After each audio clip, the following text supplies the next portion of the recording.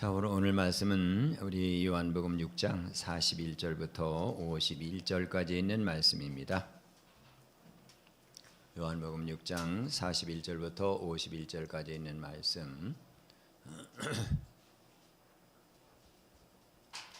한 목소리로 우리 합독합니다. 자기가 하늘에서 내려온 떡이라 하심으로 유대인들이 예수에 대하여 수군거려 이르되 이는 요셉의 아들 예수가 아니냐?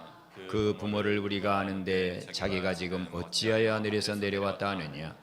예수께서 대답하여 이르시되 너희는 서로 수군거리지 말라. 나를 보내신 아버지께서 이끌리 아니하시면 아무도 내게 올 수 없으니 오는 그를 내가 마지막 날에 다시 살리리라.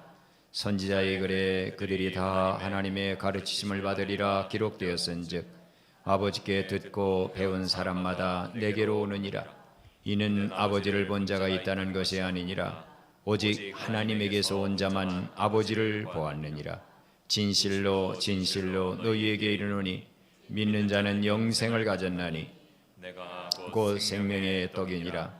너희 조상들은 광야에서 만나를 먹었어도 죽었거니와 이는 하늘에서 내려오는 떡이니 사람으로 하여금 먹고 죽지 아니하게 하는 것이니라. 나는 하늘에서 내려온 살아있는 떡이니 사람이 이 떡을 먹으면 영생하리라. 내가 줄 떡은 곧 세상의 생명을 위한 내 살이니라 하시니라. 아멘. 찬양대. 하늘에서 내려온 떡 두 번째 시간입니다. 우리에게는 세 가지 양식이 필요하죠. 첫째로는 땅에서 출발을 해서 땅에서 일생을 살아야 하기에 사람은 땅의 양식인 음식물이 필요합니다. 이것은 모두 흙에서 나오는 것입니다. 왜냐하면 우리의 기본 요소가 바로 흙이기 때문입니다. 흙에서 나오지 않는 음식은 없죠. 모두가 다 우리가 먹는 쌀, 보리, 밀, 파 전부 흙에서 나오게 돼 있어요. 왜냐하면 우리의 기본 요소가 흙이기 때문이에요. 흙이기 때문에. 두 번째로 사람은 정신적인 동물이기에 정신적인 안정감과 균형을 가져다주는 바른 지식과 가치관이라는 양식이 필요합니다. 삶에 대한 바른 지식이나 가치관을 습득하지 못하면 사람은 성격적인 장애를 가지게 되고 이런 장애는 가정생활, 직장생활, 사회생활을 하는데 아주 큰 문제를 낳게 됩니다. 그런데 사람이 정신적인 이 안정감과 지식과 가치관을 제일 많이 형성해 주는 곳이 어디냐? 그게 바로 가정입니다. 그래서 욕을 많이 듣고 자란 아이는 사회생활을 해가면서 이렇게 직장생활을 해가면서 욕을 많이 하게 돼 있어요. 또 부모가 도박이나 쾌락을 좋아하는 가정에서 태어난 아이들은 역시 대를 이어서 도박이나 쾌락을 따라 인생을 그렇게 살아갑니다. 그게 바로 정신적인 양식을 잘못 먹었기 때문이에요. 그 다음 셋째, 사람은 하나님의 형상과 모양을 담고 있는 영적인 동물입니다. 하나님의 젤렘, 하나님의 데모트라고 하는 형상과 모양을 담고 있는 영적인 동물이에요. 이것은 다른 짐승에게는 없는 겁니다. 그러기에 사람에게는 영적인 양식이 반드시 필요합니다. 그렇다면 여러분, 영혼은 어떤 양식을 먹어야 죄와 사망의 배고픔에서 벗어나서 배부름을 얻을 수 있을까요? 바로 오늘 말씀이 여기에 대한 해답을 우리에게 주는 말씀입니다. 오늘 41절 42절에 보면 예수님은 이렇게 말씀하시죠. 자기가 하늘에서 내려온 떡이라 하심으로 유대인들이 예수에 대하여 수군거려. 이 말씀이 53절에 가면 다투는 것으로 갑니다. 수군거렸던 예수님의 말씀을 듣고 수군댔던 사람들이 53절에 가면 서로 다퉈요. 이는 요셉의 아들 예수가 아니냐? 그 부모를 우리가 아는데 자기가 지금 어찌하여 하늘에서 내려왔다 하느냐? 여기 수군거린단 말, 애공귀존이라고 하는 말은 마치 비둘기가 아침에 우리가 문을 열고 나가면 구구거리고 떠들어대잖아요. 그리고 벌떼가 날아갈 때 어떤 소리가 납니까? 윙윙윙윙 하는 소리가 나죠. 이런 것처럼 그렇게 의미 없이 떠들어대는 걸 의미해 주는 거예요. 즉 예수님이 하늘로부터 내려왔다라는 말을 듣고 그들은 깜짝 놀라서 예수님의 말씀을 믿을 수 없다는 불만을 이 사람이 이야기하고 저 사람이 이야기하고, 그래서 비둘기가 구구거리는 것처럼, 벌이 윙윙거리는 것처럼 사람들은 야, 저 말을 어떻게 믿어? 아니, 우리가 저 사람이 누군지를 아는데 무슨 하늘에서 내려왔다고 그래? 이래가면서 웅성웅성 되면서 예수님에 대해서 이제 불만이 막 터져나오기 시작하는, 그걸 가르쳐 주는 거예요. 떡을 먹고 배가 불러서 혹시나 하는 기대를 하고 예수님을 따라 나섰던 사람들은 예수님께서 자신이 하늘에서 내려온 떡이라는 말을 하자 갑자기 돌변하기 시작합니다. 이는 예수님의 보잘것없는 출신 성분을 너무나도 그들은 잘 알고 있었기 때문이에요. 그들의 머리로는 나사렛의 보잘것없는 목수의 아들이 하늘에서 자신들의 영혼을 살리기 위해 하나님께서 보내신 생명의 만나다, 이걸 그들은 도저히 받아들일 수 없었어요. 우리도 마찬가지죠. 오늘 우리가 예배드리는 이 장소에 어떤 젊은 청년 하나가 와서, 여러분, 내가 여러분의 영혼을 위해 하늘에 계신 아버지가 보내신 영혼의 만남기다. 여러분은 나를 먹어야 됩니다. 이렇게 만일 이 자리에 앞에 나와서 누가 얘기한다면 여러분은 그 청년을 그렇습니다, 내 영혼을 살리기 위해 보내신 하나님의 아들입니다, 내 영혼의 양식입니다, 이렇게 우리가 고백할 수 있을까요? 오늘 일부 예배 드릴 때에도 제가 여쭤봤는데, 아유 목사님 그 믿지 못하겠죠. 유대인들도 마찬가지예요. 여기에 믿음의 위대함이 있습니다. 믿음은 육신의 눈이 보지 못하는 것을 볼 수 있는 눈을 열어주기 때문입니다. 그러나 유대인들에게는 유감스럽게도 이러한 믿음의 눈이 없었어요. 믿음은 또 다른 사람이 듣지 못하는 것을 듣게 해주는 길을 열어줍니다. 그러나 유감스럽게도 유대인들은 예수님의 말씀을 알아들을 귀가 완전히 닫혀 있었습니다. 그래서 예수님께서 설교하실 때마다 뭐라고 하셨어요? 들을 귀 있는 자는 들어라 그랬어요. 오늘 제가 지금 강단에서 똑같은 말씀을 해도 들을 귀가 있는 사람만 듣고 볼 수 있는 사람만 보지, 들을 귀가 닫혀 있는 사람은 듣지 않습니다. 볼 눈이 없는 사람은 봐도 뭘 보는지를 인식하지를 못하게 됩니다. 그들의 육신의 눈으로 예수님을 바라보므로 하나님이신 예수님을 보지 못하고 있는 거예요. 그들에게 있어서 예수라는 사람은 내세울 것이라고는 하나도 없는 가난한 목수였던 갈릴리 나사렛 요셉과 과부인 마리아의 아들일 뿐이었습니다. 또한 위의 말씀은 유대인들이 얼마나 잘못된 교육을 받아왔는지를 잘 드러내주는 말이에요.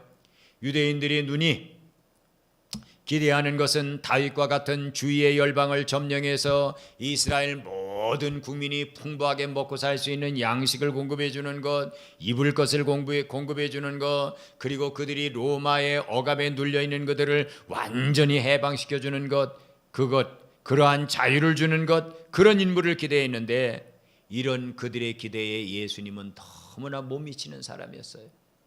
아니 저 목수의 아들이 가난뱅이가 그래 어제 우리에게 떡을 만들어 줬다고 그래. 그 떡을 만들어서 우리가 배불리 먹고 12광주리를 거뒀다고 그래서 과연 저 사람이 다윗같이 지금 군대를 몰고 가서 로마의 군대를 무찌르고 우리에게 자유를 줄 수 있을까? 에이, 그건 불가능한 일이야.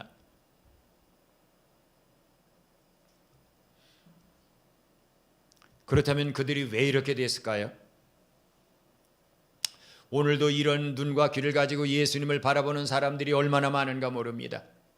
그들에게 있어서 예수님은 지금 살아가는 사람들에 있어서 예수님은 이스라엘의 한 사람일 뿐인 거예요. 좋은 교훈을 인류에게 선물해 준 인류의 스승일 뿐인 거예요. 그 이상은 아닙니다. 자신들의 죄를 위해 십자가에 살을 찢었다, 피를 흘려서 내 죄를 용서해 주었다, 이건 도저히 믿을 수 있는 일이 못 됩니다. 그렇다면 그들이 왜 이렇게 됐죠? 43절 45절에 예수님은 그 원인을 정확하게 밝히고 계십니다. 예수께서 대답하여 이르시되 너희는 서로 수근거리지 말라. 애공구전 웅얼웅얼 웅성웅성거리지 말라는 거예요. 나를 보내신 아버지께서 이끌지 아니하시면 아무도 내게 올 수 없으니 오는 그를 내가 마지막 날에 다시 살리리라. 선지자의 글에 그들이 다 하나님의 가르치심을 받으리라 기록되었은즉 다 같이 고백합니다. 아버지께 듣고 배운 사람만 내게로 오느니라. 내가 이 깊은 영적인 말을 한다고 너희가 다 깨달을 수 없다는 거예요. 그런데 깨닫는 사람이 딱 하나 있다는 거예요. 하나님에게 듣고 있는 사람, 하나님을 보고 있는 사람은 깨닫게 된다는 거예요. 왜냐하면 예수님이 하나님에게서 오신 분이니까. 구원과 영생으로 가는 출발점은 우리가 우리 자신을 자각한다고 되는 게 아닙니다. 하나님의 이끌어 주심이 없이는 불가능하다는 걸 우리가 명심해야 돼요. 구원은 내가 믿는 것이지만 믿음 이전에 하나님의 선택하심과 이끄심이 없이는 불가능하다는 것을 기억해야 됩니다. 그래서 요한에슬레는 이걸 가리켜서 선행적인 은총이다. 내가 예수님하고 부르기 전에, 하나님하고 부르기 전에 하나님께서 먼저 나를 은밀하게 자극하신다는 거예요. 그리고 요한 칼빈은 그렇게 이 말씀을 해석했어요. 항거할 수 없는 은총이다. 나는 하나님을 찾지 않았다는 거예요. 나는 하나님을 부르지 않았다는 거예요. 그런데 어떤 날 하나님의 은혜가 나를 강하게 스치고 들으면서 예수 그리스도가 나를 위해 십자가에 못 박혀 죽은 사건이 옛날 예루살렘에서 일어난 사건이 아니라 지금 나를 위해 죽으시는 내 사건으로 딱 보여지고 들려지더라는 사실입니다. 할렐루야. 그렇지. 여기에 구원받은 자로서의 자부심이 있습니다. 또한 겸손함이 있습니다. 자부심은 하나님께서 나를 불렀다는 것이고, 우리가 겸손해야 하는 이유는 구원받고 하나님에게 자녀가 되어 사는 축복이 내게서 온 게 아니라 전적으로 하나님의 선물이기 때문이라는 거예요. 자랑할 게 없어요. 내가 하나님을 위해서 한 일이 아무것도 없습니다. 하나님, 내가 죄인인데요, 나를 위해서 아들을 보내가지고 십자가에 못 좀 박아보세요. 그 아들의 살이 필요하니까 나를 위해 예수님의 살을 찢어서 나에게 주세요. 여러분, 이렇게 간구하고 예수님을 만난 사람이 있습니까? 아무도 없습니다. 아무도 없습니다. 그러기에 우리는 겸손해야 돼. 에베소 2장 8절부터 9절에 보면 너희는 그 은혜에 의하여 믿음으로 말미암아 구원을 받았으니 이것이 너희에게서 난 것이 아니니라. 우리가 하나님을 위해 한 일은 아무것도 없다라는 거예요. 하나님의 선물일 뿐이다. 이는 내 행위에서 난 것이 아니니 이는 누구든지 자랑하지 못하게 함이라 그랬어요.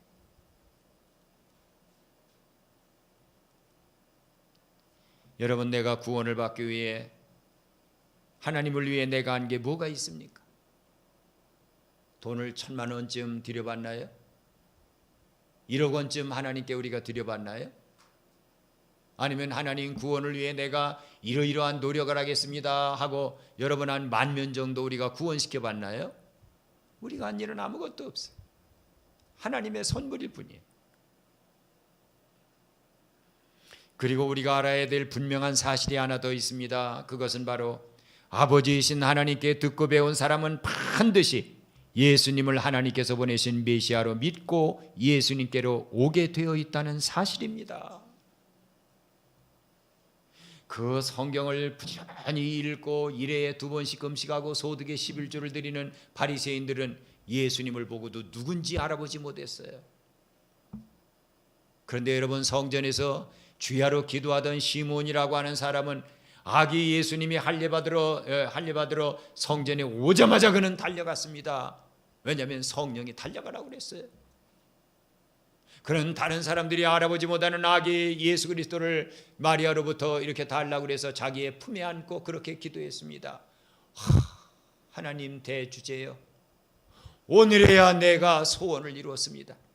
내 품에 나를 구원하러 오시는 메시아를 내가 내 몸에 안아볼 수 있는 이 축복이요. 그러면서 마리아에게 뭐라고 그랬습니까? 아이의 어머니, 당신은 하나님의 아들을 가슴에 안고 있지만 당신의 일생은 칼로 당신의 가슴을 파는 것 같은 삶을 살게 될 겁니다. 알아봤잖아요. 공부 많이 한 사람 아닌데. 왜? 그는 평상시에 하나님을 보고 사는 사람이었어. 그는 평상시에 하나님에게 듣고 사는 사람이었기 때문에 메시아를 태번에 알아본 겁니다. 성경을 단순히 읽는 사람이 아닙니다. 성경을 읽으면서 성경 말씀의 저자이신 하나님을 알아가는 사람입니다. 단순히 무릎을 꿇고 기도하는 사람 아닙니다. 기도를 들으시는 하나님의 마음을 헤아려 보는 사람입니다. 오늘도 이런 사람들만이 예수님께로 와서 생명의 떡을 먹고 영혼과 삶의 배부름을 경험하며 예수로 충만하고 예수로 기쁜 삶을 살아가는 것입니다. 사도 바울은 다메섹에서 예수님을 만나 참된 하나님의 뜻을 발견하고 이방인의 사도가 되는 놀라운 경험을 하게 되죠. 그는 예수님 만난 그 경험이 너무나 감사해서 그는 그렇게 고백합니다. 나의 간절한 기대와 소망을 따라 아무 일이든지 부끄럽지 아니하고 지금도 전과 같이 온전히 담대해서 살든지 죽든지 내 몸에서 그리스도가 존귀하게 되게 하려고 합니다. 이는 내게 사는 것이 그리스도니 내가 죽는 것도 유익하기 때문입니다.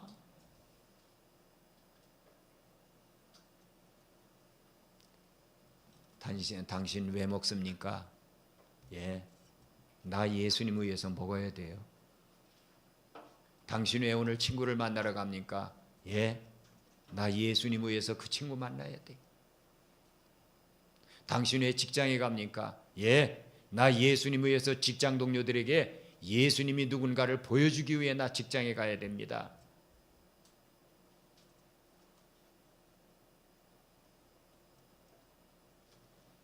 그 사람의 고백은 세 가지입니다. 그는 아침에도 이런 고백을 합니다. 하나님 아버지, 저는 아버지를 믿습니다. 저는 아버지를 소망합니다. 저는 아버지를 사랑합니다. 그리고 황혼의 저녁이 되어 잠에 들어가기 전 그는 눈을 감고 그렇게 고백합니다. 오늘도 믿는 자를 책임지신 하나님 감사합니다. 오늘도 하나님을 소망하는 자의 삶을 이끌어 주신 하나님 감사합니다. 오늘도 하나님을 사랑하는 나의 마음 깊은 사랑을 알아주신 하나님 감사합니다.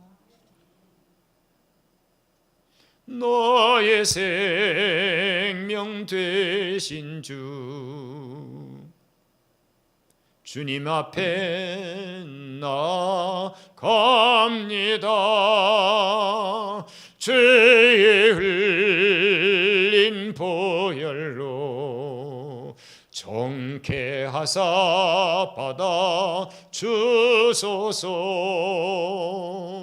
날마다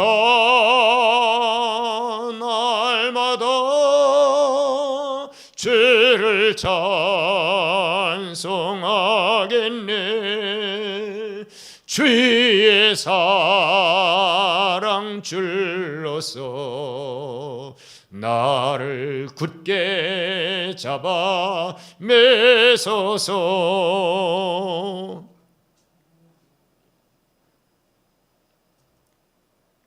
그리고 그 사람은 그의 생의 마지막이 왔을 때 그는 그렇게 고백할 줄 아는 사람입니다. 하나님, 이제는 믿음이 필요 없게 됐습니다. 믿는 분을 눈으로 보니까 이제는 소망이 필요 없게 됐습니다. 내가 소망하던 모든 것이 이루어지는 그 나라에 나는 가니까요. 그러나 하나님, 나는 이 땅에서 다하지 못한 하나님을 향한 사랑을 이제는 내 주소를 옮기고 거처를 옮겨서 나는 그곳에 가서 내 사랑하던 아버지를 나는 영원히 사랑할 겁니다. 이게 하나님에게서 온 사람입니다. 이런 사람은 예수님을 알아보고 예수님께 가게 돼 있습니다. 그리고 그런 사람은 신앙생활을 하면 할수록 그의 언어가 겸손해지고 그의 태도가 겸손해지고 그의 삶에 드러나는 모든 모습은 온유합니다.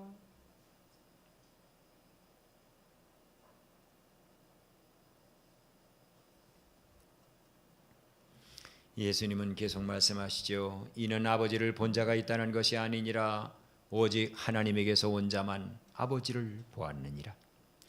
하나님의 본체와 본성을 온전히 아시는 분은 오직 예수님 한 분뿐이라는 선언입니다. 예수님만이 하나님이 누구신지를 보여줄 수 있는 유일한 분임을 선언하는 말입니다. 그러므로 이만희에게 가면 안 돼요. 이만희는 하나님을 본 사람이 아닙니다. 하나님이 누군지를 우리에게 보여줄 수도 없습니다.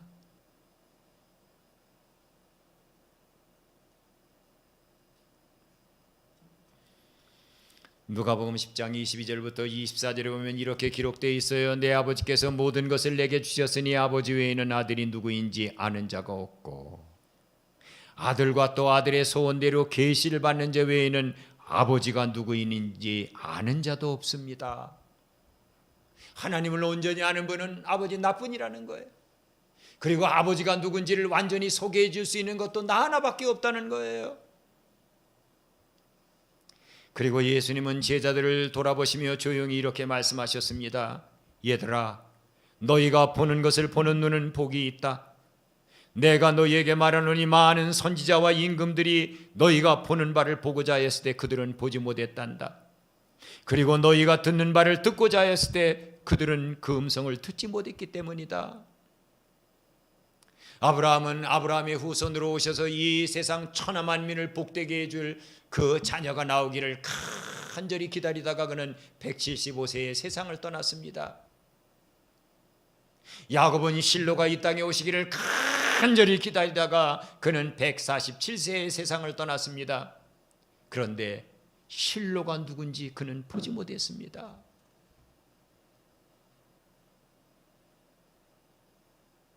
다윗은 존귀한 자의 이름으로 이 땅에 오셔서 하나님의 거룩하심을 드러내주는 위대한 분을 그는 그리면서 세상을 떠났습니다.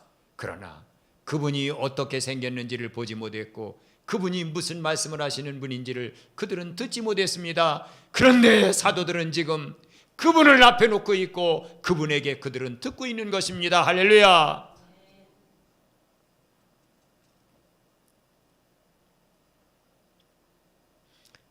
그래서 예수님이 말씀하신 거예요.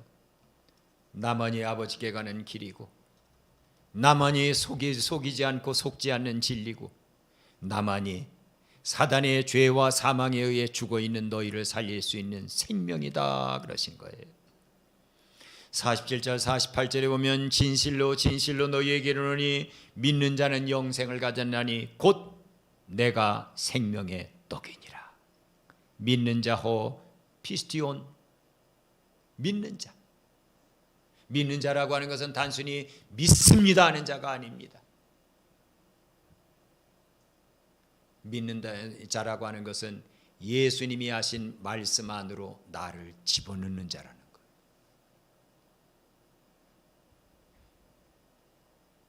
다시 이야기해 드릴까요? 예수님에게서 온유하신 예수님 안으로 나를 집어넣는 겁니다. 막 큰 소리 하고 싶어요. 짜증내고 싶어요. 따지고 싶어요. 그래도 십자가에서 한마디 말씀 안 하시고 아버지 저들을 용서해 주십시오 하던 예수님 안으로 나를 집어넣고 포화간 나를 떨쳐버리고 온유하신 예수님 안으로 들어가는 것, 이게 믿는 자예요.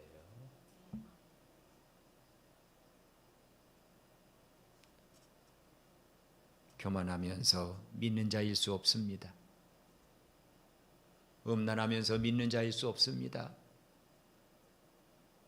시기 질투하면서 믿는 자일 수 없습니다.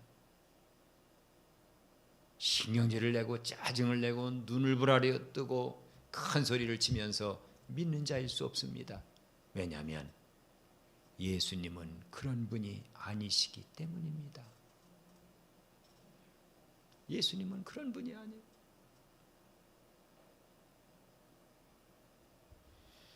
예수도 알기 원함은 크고도 넓은 은혜와 대속해 주신 사랑을 간절히 알기 원하네. 내 평생의 소원, 내 평생의 소원, 대속해 주신 사랑을 간절히 알기 원하네. 성령이 스승되셔서 진리를 가르치시고 거룩한 뜻을 깨달아 예수님 알게 하소서. 내 평생의 소원, 내 평생의 소원, 대속해 주신 사랑을 간절히 알기 원하네. 이게 믿는 자입니다. 믿는 자에게는 선물이 주어지는데 어떠한 선물이 주어진다고요? 영원히 사는 영생의 선물이 주어진다고 그랬어요. 그 영생의 선물은 어떻게 온다고요? 내 살을 찢어서 너에게 먹여서 내가 영원히 살 수 있도록 내가 만들어 놓기 때문이라는 사실입니다. 흠이 없는 번제물과 같은 삶, 그리고 여호와를 위한 수염소의 사명과 아사셀을 위한 수염소의 사명을 감당하기 위해 죽으신 대속의 죽으심을 가리키는 말입니다. 이런 예수님을 믿음을 통해 받아들이고 믿는 자는 영에서는 영원히 죽을 수 없는 영생의 능력이 살아 역사하게 되는데, 이는 그가 생명의 떡이신 예수님을 먹었기 때문입니다. 우리가 먹는 음식이 우리의 건강입니다. 우리가 먹는 영혼의 음식이 우리 영혼의 건강입니다. 예수를 제대로 믿었으면 그는 제대로 삽니다. 겸손하게 삽니다. 온유하게 삽니다. 순결하게 삽니다. 베풀며 삽니다. 이해하며 삽니다. 시기 질투하지 않고 양보하며 삽니다. 그는 거짓된 말을 하지 않습니다. 진리를 말하며 삽니다.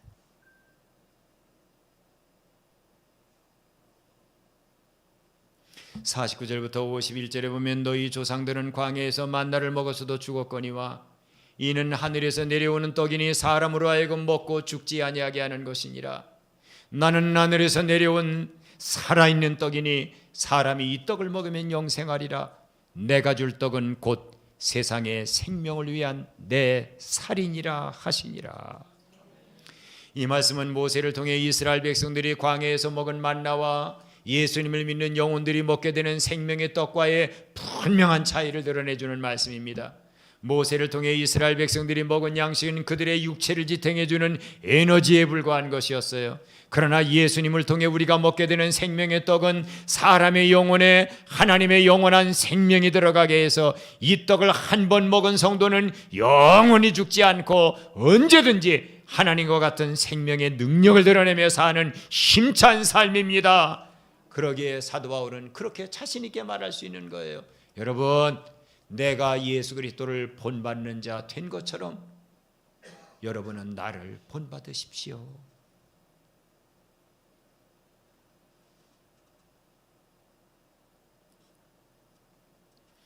이 말씀은 이런 생명의 떡을 우리에게 주시기 위해 예수님께서 무엇을 해야 하는지를 확연하게 드러내주는 말씀입니다. 예수님은 지금 나지막한 가버나움 언덕에서 이 말씀을 하고 계시지만 예수님의 눈은 골고다 언덕에 찢겨지는 살로 죽어야 되는 거기에 가 있습니다. 예수님을 믿는 자들이 하나님의 생명의 떡을 먹고 생명의 역사를 일으키며 사는 삶을 살게 하기 위하여 자신의 살을 찢어 양식으로 내어주겠다는 겁니다. 예수님은 이 말씀을 하시면서 십자가에 달려 돌아가시는 자신의 죽으심을 미리 보고 있지만, 그러나 유감스럽게도, 그러나 슬프게도, 그러나 아프게도 사도들도 그 누구도 이러한 예수님의 마음을 읽는 사람은 아무도 없었다는 사실입니다.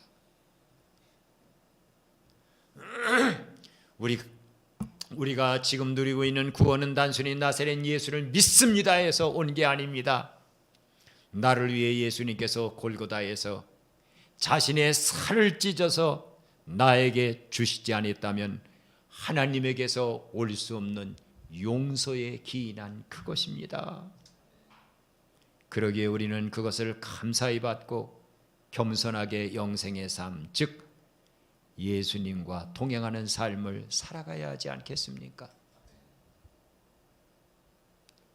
다음 주에는 내 떡을 먹으라는 게 무슨 말씀인지, 내 피를 마시라는 게 무슨 말씀인지 다음 주에 여러분에게 또 우리 풀어나가도록 하겠습니다. 134. 이제는 우리를 영원히 살리려고 자신의 살을 찢고 피를 흘려 우리에게 영혼의 양식과 음료가 되도록 해주신 온 우주에 딱 한 분, 우리 주 예수 그리스도의 은혜와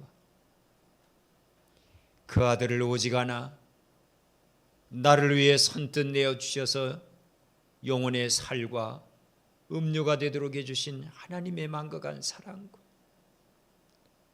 오늘도 우리의 마음 깊은 곳에 오셔서 네가 뭘 믿은지 아니? 찢겨진 예수님의 살을 믿고 있는 거야. 흘리신 예수님의 피를 믿고 있는 거야. 너도 그 누군가를 위해 내 살을 찢어라. 내 피를 내주라고 말씀하시는 성령 하나님의 교통감화하심이 오늘도 말씀의 자리에 겸손히 고개 숙인 우리 모두의, 그리고 이런 진리의 나팔을 불어 영혼을 깨워서 하나님의 용사로 세워야 되는 한빛교회 나팔수들 위에 이제로부터 영원토록 함께 계시기를 간절히 축원하옵나이다. 아멘.